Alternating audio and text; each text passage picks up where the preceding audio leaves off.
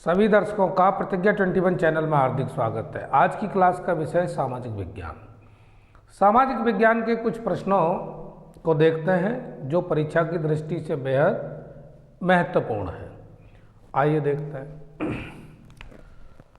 आज का विषय है सामाजिक विज्ञान। और सामाजिक विज्ञान में क्योंकि ऑब्जेक्टिव भी आते हैं, लघु उत्तरी भी आते हैं, दीर्घ उत्तरी भी आते हैं, तो उनमें पहले ऑब्जेक्टिव लेते हैं। पहला प्रश्न है, बेल्जियम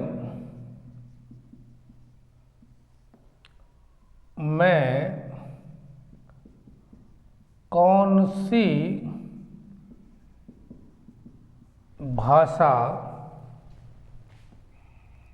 भाषा सर्वाधिक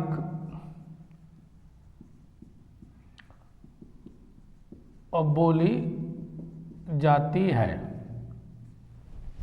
यह प्रश्न है। अब चूंकि इसके ऑप्शन है 4, लेकिन मैं इसका सीधा सीधा आंसर बताता हूं। बेल्जियम की कौन सी भाषा सर्वाधिक बोली जाती है बेल्जियम में? वो है डच। अभी यह बात याद रखिएगा। दूसरा प्रश्न है, भारत में पहली छापे खाने की मशीन, भारत में पहली छापे खाने की मशीन कौन यूरोपीय लाई? अब यह है सवाल। अब यूरोपियों में डच भी आए, अंग्रेज भी आए, फ्रांसीसी भी आए, पुर्तगाली भी आए। तो सवाल इन चारों में से कोई एक है जो छापे खाने की मशीन यानी प्रिंटिंग प्रेस, तो उसमें थे पुर्तगाली। इन्होंने सबसे पहले भारत में छापे खाने की मशीन स्थापित की यानी प्रिंटिंग प्रेस। ये आंसर। क्वेश्चन नंबर 3, विश्व के किस देश को लोकतंत्र का घर, विश्व के किस देश को लोकतंत्र का घर कहा जाता है? तो इसका आंसर जो है वो है स्विट्जरलैंड। स्विट्जरलैंड को विश्व में लोकतंत्र का घर, यही एक देश है जिसको लोकतंत्र का घर कहा जाता है, क्योंकि यहाँ प्रत्यक्ष निर्वाचन विधि लागू है। अपने यहाँ प्रत्यक्ष और अप्रत्यक्ष दोनों है भारत में। क्वेश्चन नंबर 4 अगला, वन्य जीव अधिनियम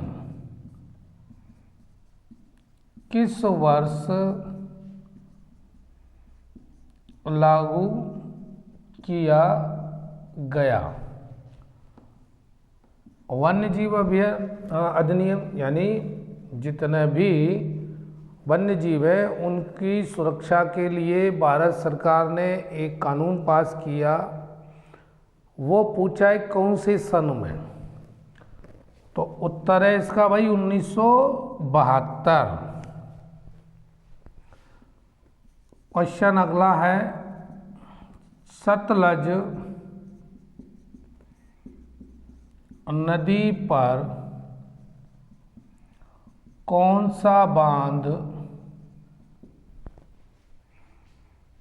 बनाया गया है? अब सिंपल इसके बांध का नाम ही पूछा है। तो सतलज नदी पर बनाया गया बांध का नाम है भाखड़ा नागल बांध। अब यह परीक्षा में पूछे जाते रहे हैं प्रश्न, तो इन्हीं को तैयार कर लीजिए। क्योंकि इनमें से कोई न कोई एक प्रश्न जरूर पूछ लिया जाएगा। अब ये 5 प्रश्न हो गए, अगले 5 की बात करें हम।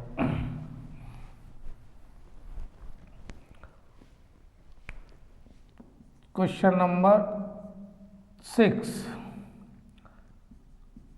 नेपोलियन किस युद्ध में पराजित हुआ? अब ये सवाल है, यह भी ऑप्शन, इसके भी 4 दिए हैं, लेकिन आपको सीधा सीधा उत्तर याद है तभी तो लिख पाओगे। तो लिखा है नेपोलियन किस युद्ध में पराजित हुआ? 1815 ईस्वी में वाटरलू। कौन सा युद्ध था? वाटरलू युद्ध, इसमें पराजित हुआ, ये उत्तर हो गया। क्वेश्चन नंबर 7, भारत में रेल मार्गों का जाल सर्वाधिक, भारत में रेल मार्गों का जाल सर्वाधिक किस राज्य में है? सर्वाधिक रेल मार्ग कहाँ हैं? वो हैं उत्तर प्रदेश।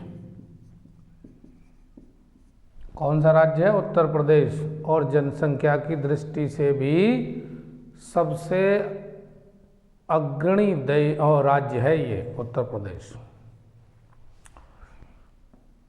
अगला सवाल नंबर 8, भारत का सबसे पुराना तेल उत्पादक राज्य कौन सा है? अब भारत का सबसे पुराना तेल उत्पादक राज्य कौन सा है? आंसर है असम, जो कि अब असोम के नाम से भी जानते हैं। नाम उसका थोड़ा सा परिवर्तित हो गया है, जैसे बहुत सारे और भी हैं,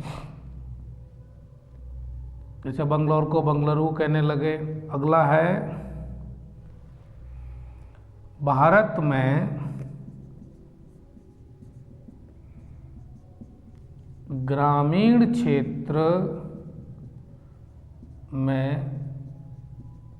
किस क्षेत्रक का योगदान सर्वाधिक है? तो उत्तर क्या है इसका? प्राथमिक क्षेत्रक। प्राथमिक क्षेत्रक। अब भारतीय अर्थव्यवस्था को अगर देखें तो 3 क्षेत्रकों में बांटा गया है, जो कि सिलेबस में है। एक तो है प्राथमिक क्षेत्रक, दूसरा है द्वितीयक क्षेत्रक, और तीसरा है तृतीयक। अब इसमें जो प्राकृतिक संसाधनों का प्रयोग ज्यों का त्यों कर रहे हैं भाई, वो प्राथमिक में आते हैं। जैसे एक तो कृषि हो गया, पशुपालन हो गया, है ना, मत्स्य पालन हो गया, ये सब किसमें शामिल है? प्राथमिक क्षेत्र में। और द्वितीयक में क्या है? उद्योग। और तृतीयक में कौन से हैं? सेवा, यानी सर्विस सेक्टर। डॉक्टर है, वकील है, अध्यापक है, ठीक है ना, ये सब क्या कर रहे हैं? और भी बहुत सारे हैं, मैंने तो 3 एग्जाम्पल दिए हैं। ये सब के सब किस में आते हैं? सेवा के क्षेत्र में।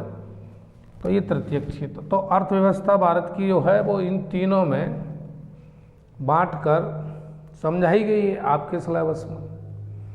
तो जो सिलेबस में दिया है वो उसमें यही पूछा है, भारत में ग्रामीण क्षेत्र में किस क्षेत्र का सर्वाधिक योगदान है, तो प्राथमिक का है। अगला प्रश्न लिया है क्वेश्चन नंबर 10, किस वर्ष महात्मा गांधी जी सूती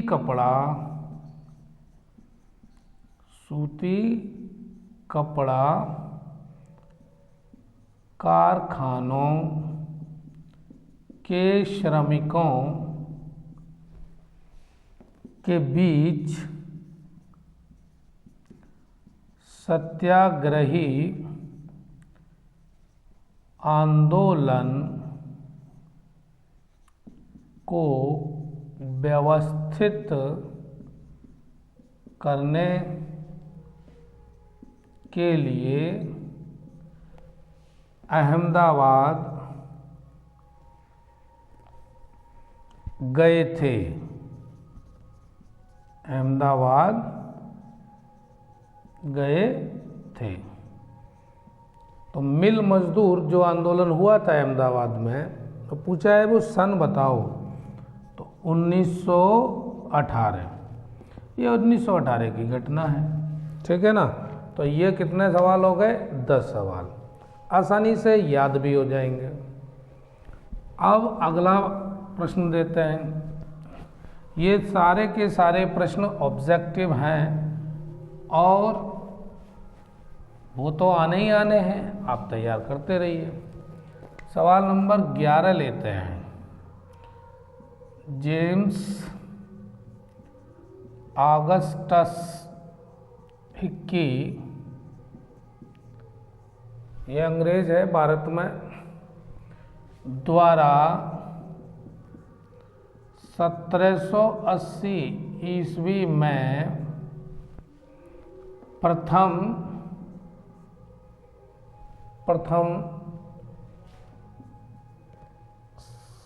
साप्ताहिक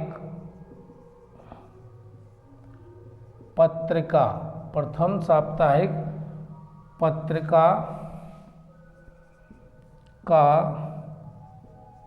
संपादन किया गया, है ना। जेम्स ऑगस्टस हिक्की ने 1780 में प्रथम साप्ताहिक पत्रिका का संपादन किया। उस पत्रिका का नाम लिखो। अब उस पत्रिका का नाम जो है वो क्या है, बंगाल गजट। बंगाल गजट, ये याद रखिएगा। क्वेश्चन नंबर अगला 12 है, स्पिनिंग जेनी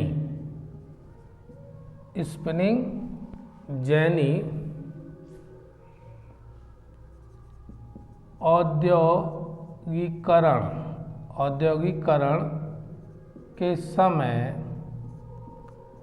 किस रूप में जाना जाता था। स्पिनिंग जेनी को औद्योगिकरण के समय किस रूप में जाना जाता था। अब इसका आंसर क्या है, ऊन काटने वाली मशीन। सीधा सीधा ये क्या है, एक मशीन है, ठीक है, ऊन काटने वाली। क्वेश्चन नंबर अगला 13 है, भारत के संविधान में किस अनुच्छेद द्वारा छुआछूत को समाप्त कर दिया गया। अब यहाँ पर क्या पूछ लिया? अनुच्छेद। तो कौन सा अनुच्छेद है जिसके द्वारा छुआछूत को समाप्त कर दिया गया? वो है अनुच्छेद 17। ये संविधान में जो अनुच्छेद दिया है 17, इसके द्वारा अब भारत में कहीं भी छुआछूत नहीं है, पहले थी। क्वेश्चन नंबर अगला 14,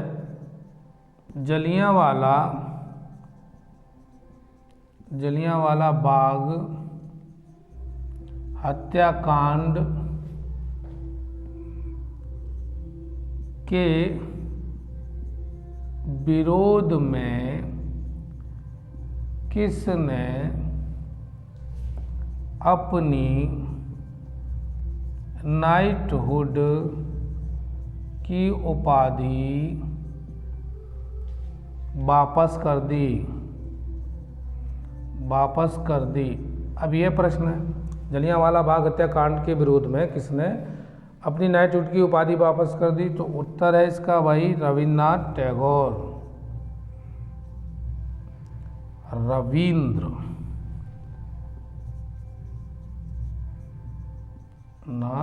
टैगोर, क्योंकि यही पहले व्यक्ति हैं भारत के जिनको नोबेल प्राइज मिला था 1913 में। क्वेश्चन नंबर 15, गन्ने से चीनी बनाना आता है? अब ये प्रश्न बनाया ऑब्जेक्टिव कि गन्ने से चीनी बनाना आता है, प्राथमिक क्षेत्रक, द्वितीयक क्षेत्रक, तृतीयक क्षेत्रक, उपर्युक्त सभी। अभी 4 ऑप्शन अगर दिए हैं उनमें से कौन सा होगा? चूँकि बात हो रही है उद्योग की, गन्ने से चीनी बन रहा है भाई, उद्योग यानी मिल में ही तो बनेगा, तो ये हो गया क्या? द्वितीयक क्षेत्र। द्वितीयक क्षेत्रक तो क्या अभी बताया है कि जो उद्योग से जुड़े हुए हैं वो सब क्षेत्र कौन से हैं? द्वितीयक में शामिल है। तो ये 15 क्वेश्चन थे जो मैंने आपको बताए ऑब्जेक्टिव। अब कुछ डेस्क्रिप्टिव हैं, छोटे छोटे प्रश्न, उनको भी देखिए। पहला प्रश्न है, जर्मनी के एकीकरण की प्रमुख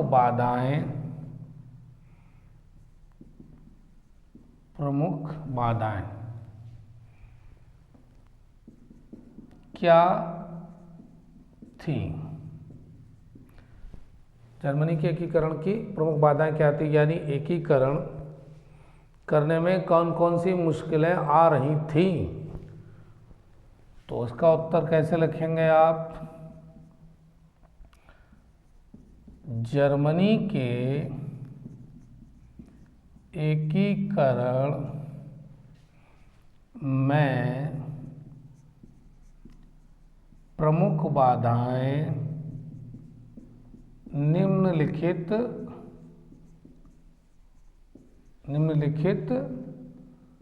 थी।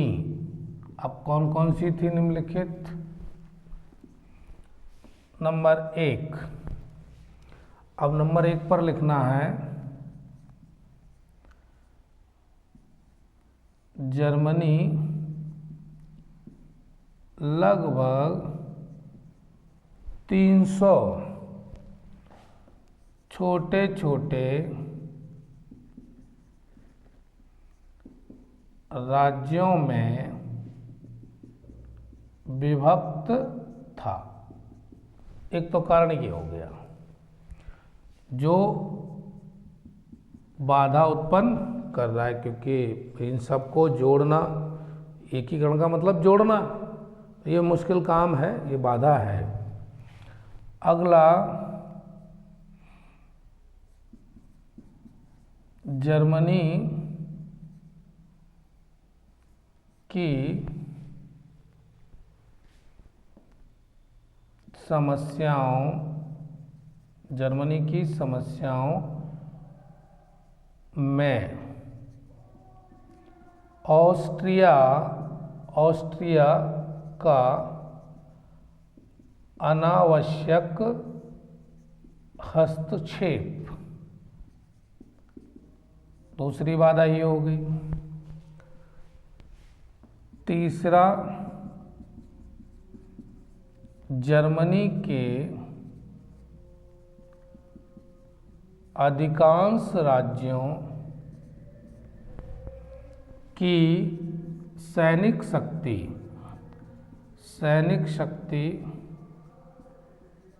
कमजोर होना।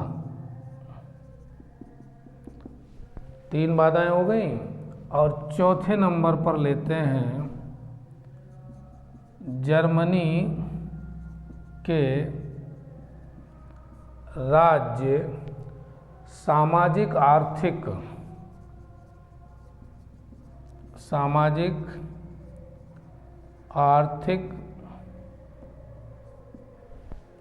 राजनीतिक और धार्मिक, सामाजिक, आर्थिक, राजनीतिक और धार्मिक रूप से अलग थे। अब ये चार कारण हो गए। ठीक है, जर्मनी के एकीकरण के लिए ये जो बाधाएं हैं ये पहले इन्हें पार करो, उसके बाद ही जर्मनी का एकीकरण संभव हो सकेगा, ये था। अब इस प्रश्न का उत्तर तो आपने ये लिखा। अब दूसरा प्रश्न देखते हैं। दूसरा प्रश्न, वैश्वीकरण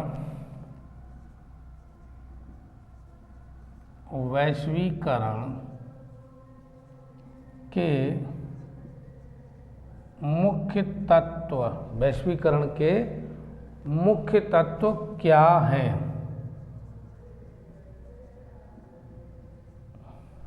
वैश्वीकरण मतलब ग्लोबलाइजेशन।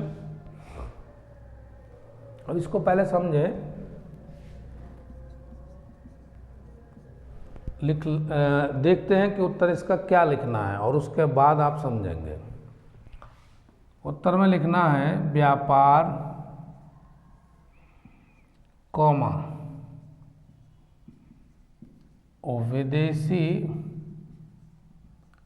प्रत्यक्ष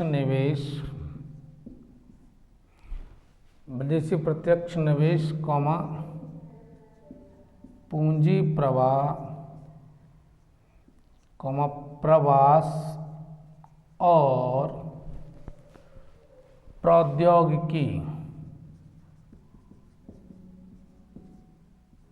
प्रवास, व्यापार, विदेशी प्रत्यक्ष निवेश, पूंजी प्रवाह, प्रवास और प्रौद्योगिकी के प्रसार के माध्यम से राष्ट्रीय अर्थव्यवस्था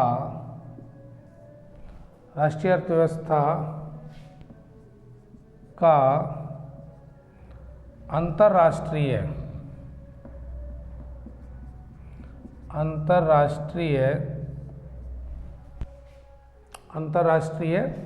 अर्थव्यवस्थाओं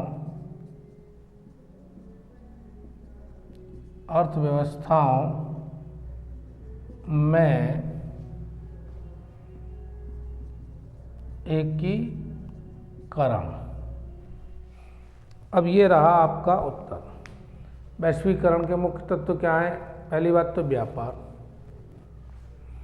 एक देश दूसरे देश में जाकर जब व्यापार करेगा तो वहाँ की सभ्यता और संस्कृति से परिचित होगा और उसकी झलक वो अपने देश में वापस लौटा के लाएगा जरूर। तो ये क्या है संभव? किससे? व्यापार से। फिर विदेशी प्रत्यक्ष निवेश क्या हुआ? विदेश का कोई भी व्यक्ति देश में आकर, एक देश का दूसरे देश में जाकर वहाँ व्यापार शुरू करे पैसा लगाकर, ये क्या हो गया? विदेशी प्रत्यक्ष निवेश। और पूंजी प्रवाह, पूंजी क्या है?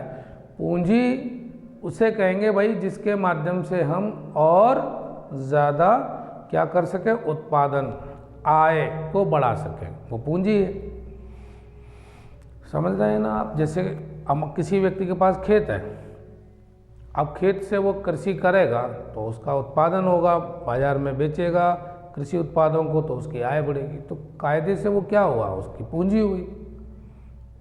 पशु का पालन करना, दूध बेचना, तो पशु क्या है उसके लिए?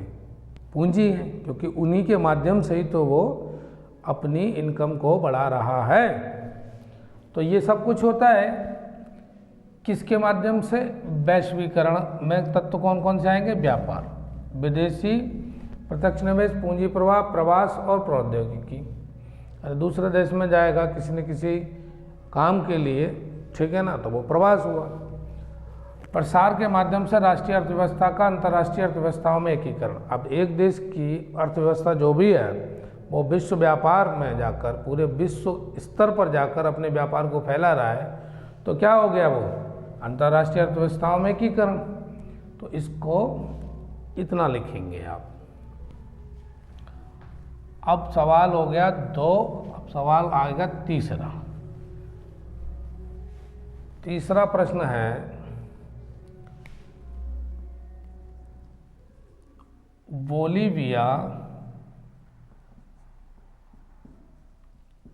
बोलीविया में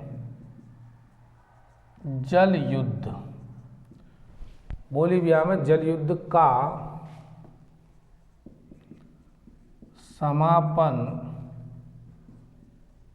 किस प्रकार हुआ? अब इसका उत्तर लिखेंगे, ठीक है ना। अब इसमें क्या करना है? बोलीविया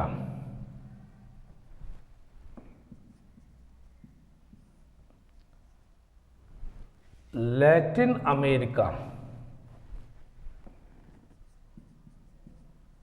लैटिन अमेरिका का एक निर्धन देश है। बोलीविया लैटिन अमेरिका का एक निर्धन देश है। यहाँ की सरकार ने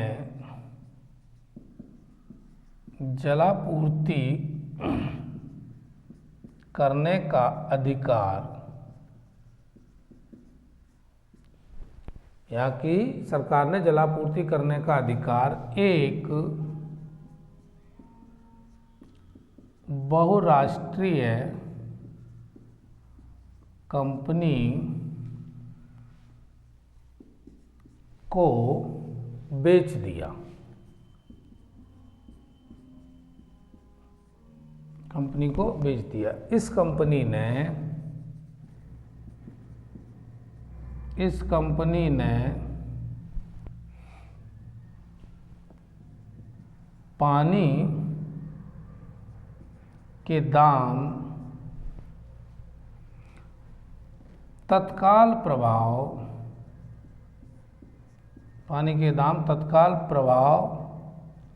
से 4 गुना बढ़ा दिए, 4 गुना बढ़ा दिए।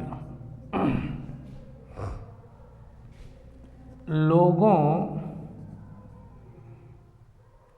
का पानी का मासिक बिल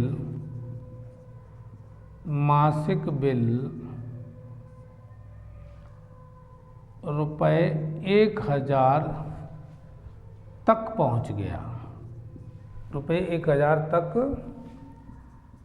पहुंच गया। जबकि जबकि बोलीविया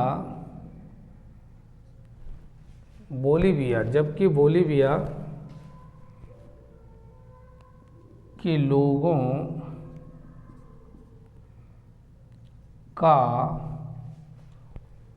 लोगों की औसत आय रुपये 5,000 प्रति माह थी। अब बोलीविया में पहले तो जलापूर्ति का कार्य किसका था? सरकार का था। सरकार की नगर पालिका होती है, नगर पालिका के द्वारा लोगों को जल पहुंचाया जाता था। लेकिन क्या किया, उसने एक बहुराष्ट्रीय कंपनी को ये अधिकार सौंप दिया। अब बहुराष्ट्रीय कंपनियां जो भी हैं उनका उद्देश्य तो सिर्फ यही होता है जी, अधिक से अधिक कमाना। तो उसने क्या किया कि 4 गुना कीमतें कर दी।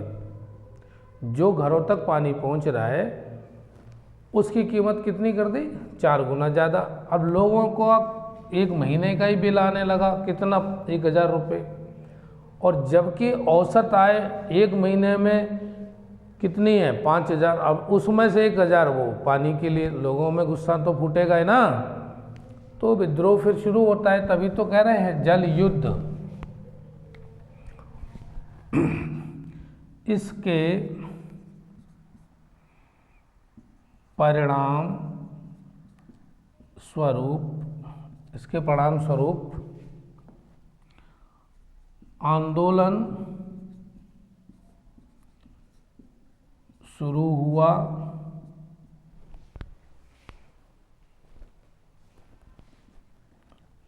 हड़तालें हुई और सरकार को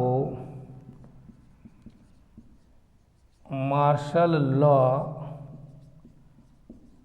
लागू करना पड़ा।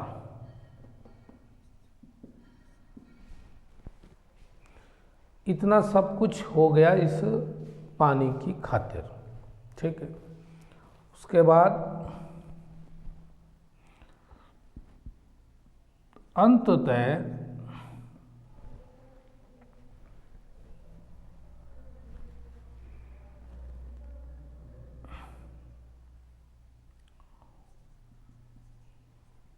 बाद में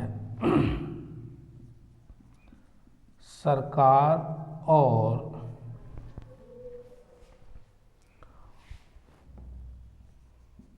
नागरिकों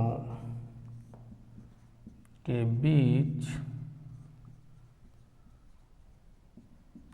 समझौता हुआ।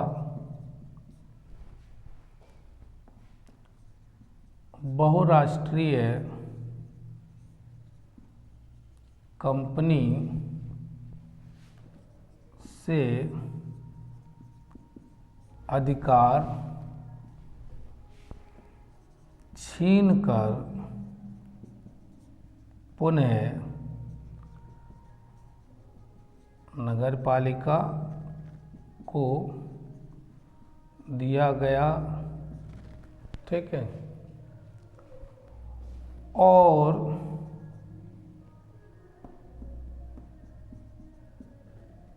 नागरिकों को पुरानी दर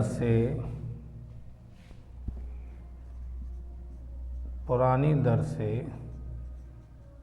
जलापूर्ति की जाने लगी। अब यह प्रश्न का उत्तर हो गया। सीधा सीधा दिमाग में रखिए कि बोलीविया की सरकार ने बहुराष्ट्रीय कंपनी को वो अधिकार बेच दिया जो अधिकार नगर पालिका को था। उसने आके पानी की दरें 4 गुना बढ़ा दी। हालत ये हो गई कि लोगों का 1 माह का बिल ही 1,000 रुपये आने लगा, जबकि उनकी प्रतिमाह औसत आय कितनी थी? 5,000 रुपये। इस कारण लोगों ने वहाँ आंदोलन शुरू कर दिया, यानी विद्रोह किया और फिर आंदोलन शुरू किया। आंदोलन के बाद क्या होता है कि वहाँ के नागरिक और सरकारों के बीच में समझौता होने का प्रयास करते ही, जब भी आंदोलन होगा समझौता का प्रयास किया जाएगा। सफल नहीं हुआ, फिर दोबारा हड़ताल की गई और मार्शल लॉ लागू किया गया। अंत में वही हुआ कि नागरिकों की विजय हुई, क्योंकि जो भी सरकार बनेगी भाई इतने नागरिक है तो असली ताकत तो नागरिकों के अंदर ही होती है ना। कुल मिलाकर फिर वो बहुराष्ट्रीय कंपनी को वहाँ से भागना पड़ा और पुराना फिर वही नगर पालिका को दे दिया अधिकार। उसने पुरानी दर पर फिर जल आपूर्ति करना शुरू कर दिया। ये था इस छोटा सा प्रश्न और इसका उत्तर। अगला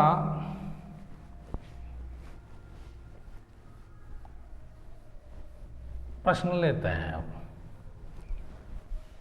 अगला भी ऐसे ही डेस्क्रिप्टिव प्रश्न है। वो प्रश्न ये है, बेल्जियम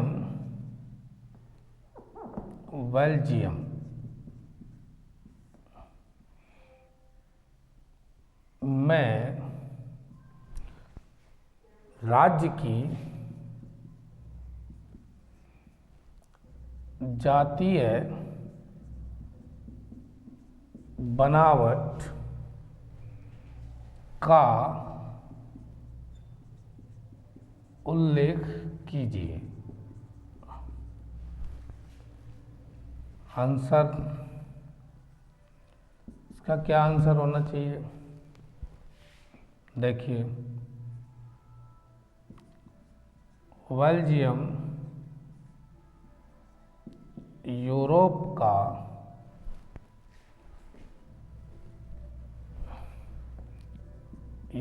का देश है जिसकी राजधानी ब्रुसेल्स, जिसकी राजधानी क्या है? ब्रुसेल्स।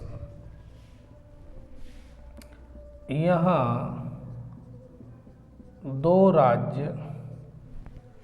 यहाँ पर दो राज्य, एक तो है फ्लैमिश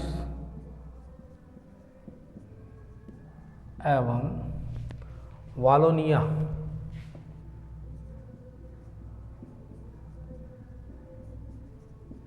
दो राज्य, ठीक है।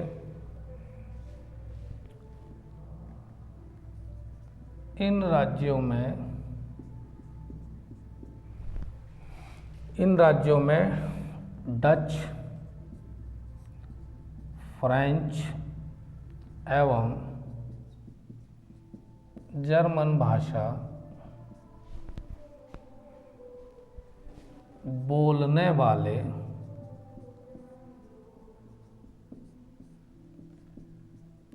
निवास करते हैं। देश की कुल आबादी का 59% लोग फ्लैमिश क्षेत्र में निवास करते हैं और डच भाषा बोलते हैं। ठीक है, क्या बोलते हैं? डच भाषा। अन्य 40% लोग वालोनिया क्षेत्र में रहते हैं और फ्रेंच भाषा बोलते हैं। फ्रेंच भाषा बोलते हैं। शेष 1% लोग जर्मन बोलते हैं। अब इस पूरे प्रश्न में देखें तो डच भाषा बोलने वाले लोग ज़्यादा हैं, डच भाषी ज़्यादा हैं और वो फ्लैमिश क्षेत्र में रहते हैं। और वॉलोनिया क्षेत्र में रहने वाले लोग जो मात्र 40% है जो कौन सी भाषा बोलते हैं, फ्रेंच, और 1% बचे हैं तो वो इसमें बोलते हैं। तो 3 भाषाएं बोलने वाले लोग हैं वहाँ पर, जर्मन, डच और फ्रेंच, और उनका विभाजन कुछ इस प्रकार से है। तो ये प्रश्न परीक्षा की दृष्टि से भाई बहुत इम्पोर्टेंट है, इन्हें याद करो। ठीक है, आज की क्लास यहीं छोड़ते हैं और मिलते हैं फिर किसी नए सब्जेक्ट और नए टॉपिक के साथ। तब तक यूँ जुड़े रहिए। वीडियो देखने के लिए दिल से धन्यवाद।